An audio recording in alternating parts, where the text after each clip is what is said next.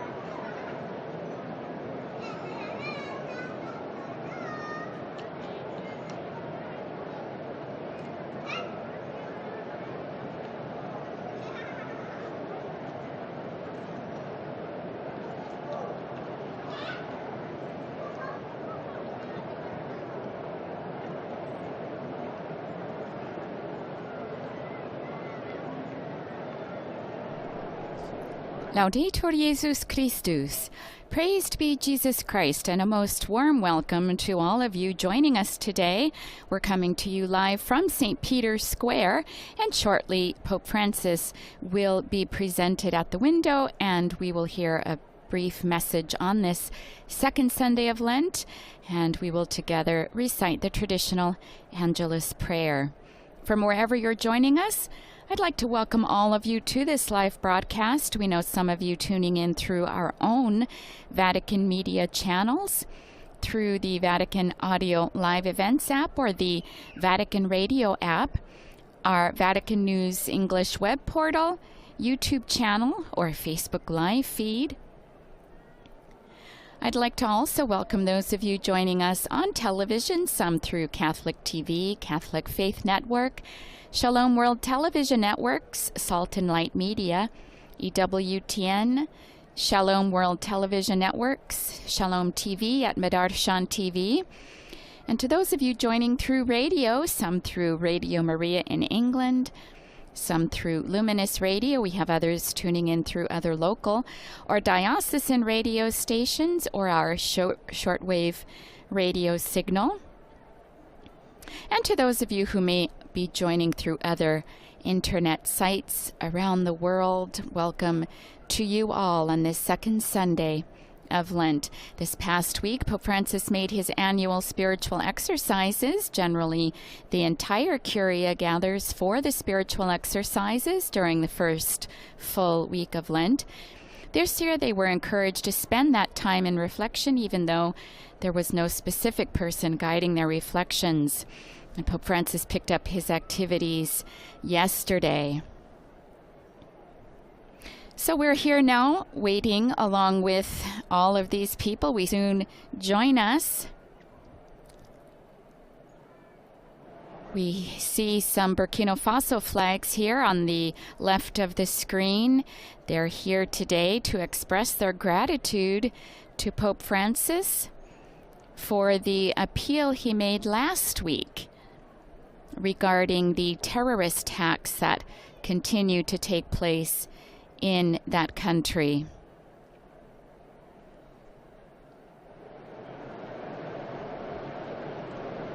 The so-called Islamic State group claimed responsibility for killing over 70 soldiers, wounding dozens others, and taking others hostage. And our Holy Father expressed his concern for that last week. Our Holy Father now coming to the window, being greeted by those who are present in the square. And we now await his words. Cari fratelli e sorelle, buongiorno. Dear brothers and sisters, good day. On the second Sunday of Lent,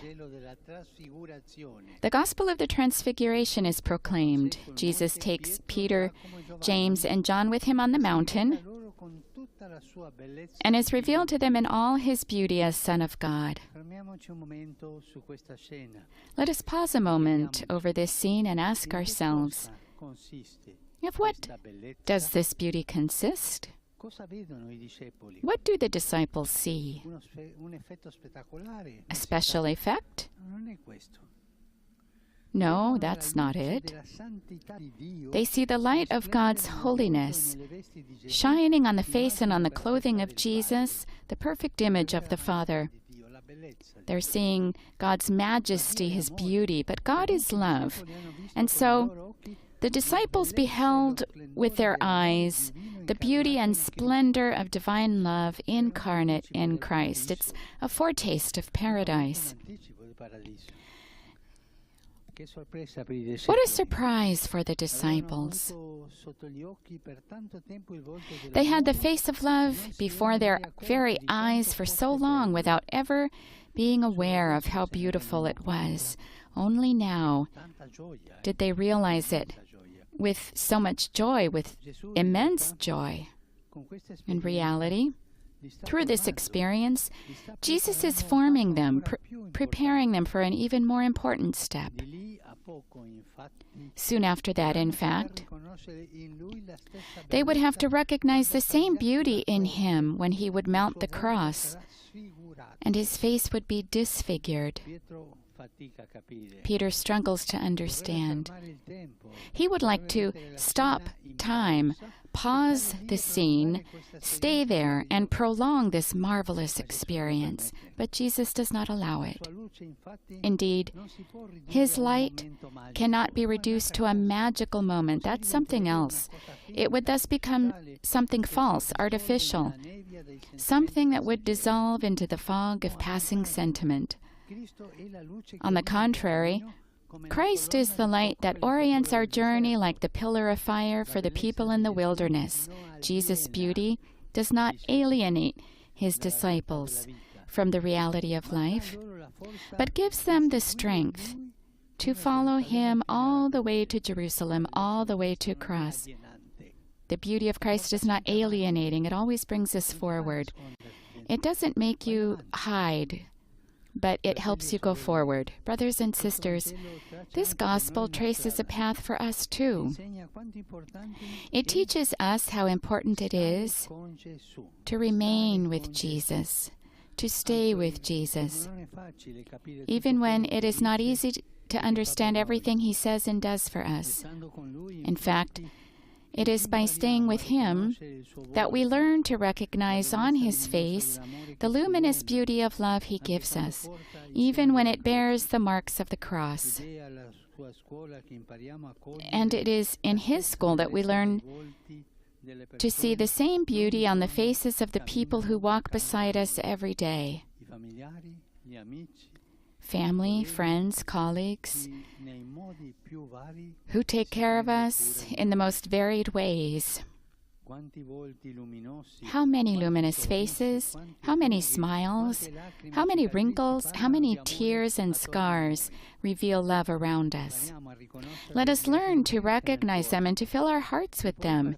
And then let us set out in order to bring the light we have received to others as well through concrete acts of love, diving into our daily occupations more generously, loving, serving, and forgiving with greater earnestness and willingness.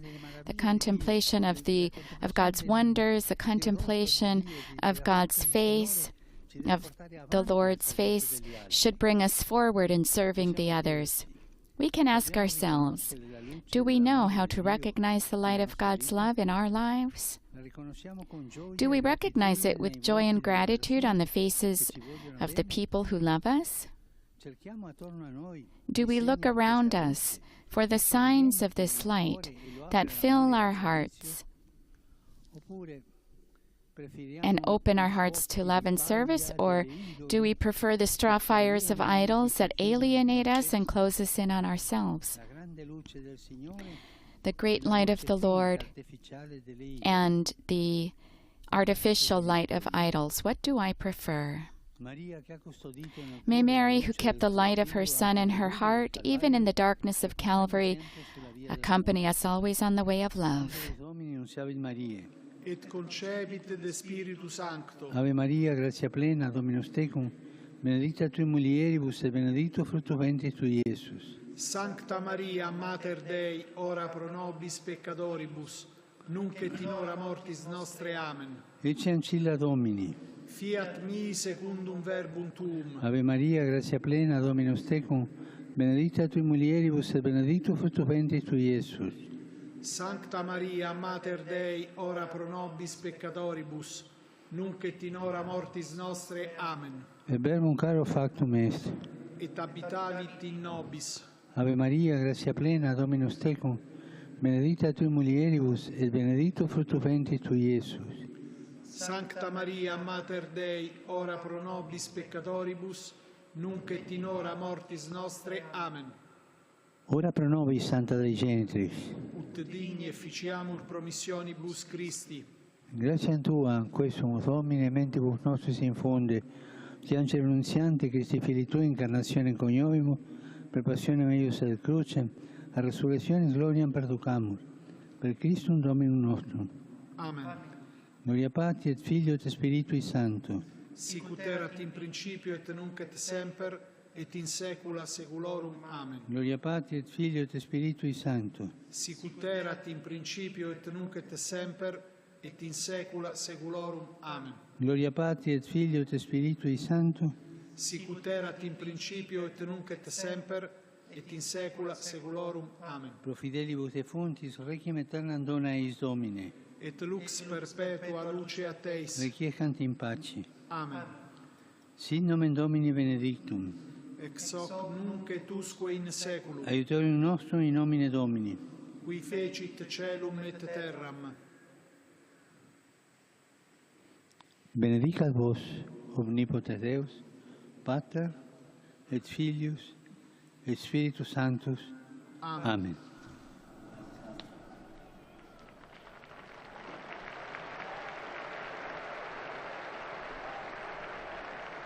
Cari fratelli e sorelle, Dear brothers and sisters, in these days, my thought often goes to the victims of the train accident in Greece.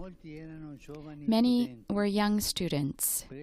I pray for those who are deceased, those who are close to them, their relatives. May the Madonna comfort them.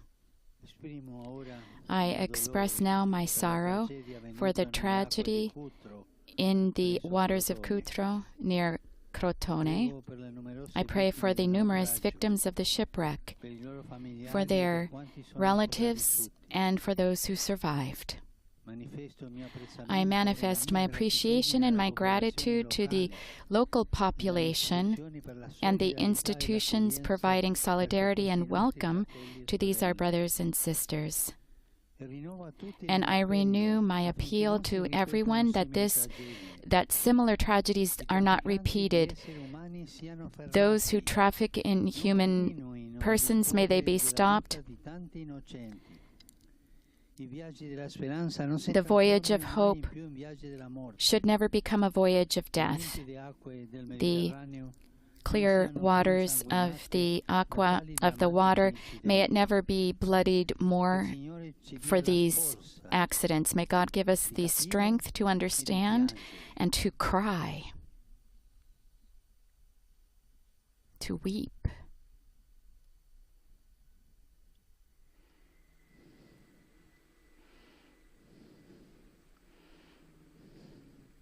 Saluto tutti voi. I greet all of you, people from Rome and pilgrims from Italy and from various countries. In particular, I greet the Ukrainian community of Milan who've come for the 4th centenary of the martyrdom of Bishop Josaphat, who gave his life for the unity of Christians. And he's encouraging them to welcome their those from Ukraine, to welcome them as they flee. I greet the pilgrims from Lithuania as well as the Lithuanian community of Rome who celebrate St. Casimir, as well as the Catholic community from Saragossa in Spain, parish groups who've come. And he mentioned 2 places in Spain. I'm from Tbilisi in Georgia. I greet the faithful from Burkina Faso and the candidates of confirmation from, he named 2 places, and he's mentioning other places where people have come from in the area of Rome. I wish all of you a good Sunday. Please do not forget to pray for me. Enjoy your meal and arrivederci. We'll see each other again, his famous sign-off, signature sign-off. So this now brings an end to the live broadcast of the recitation of the Noonday Angelus with Pope Francis here in St. Peter's Square on this 2nd Sunday of Lent. I invite you to visit the Vatican News web portal, Facebook, Instagram, Twitter, and YouTube accounts for coverage of today's Angelus and other Vatican and world news. We will be back again live on Wednesday when the Holy Father will once again lead the general audience. On behalf of Vatican Media, I'd like to thank our in-studio audio technician, Adriano Vitali, and our coordinator, Thaddeus Jones, as well as all the media partners who've brought this broadcast to you: Catholic TV, Catholic Faith Network, Shalom World Television Networks, Salt and Light Media, EWTN, Shalom TV, at Madarshan TV,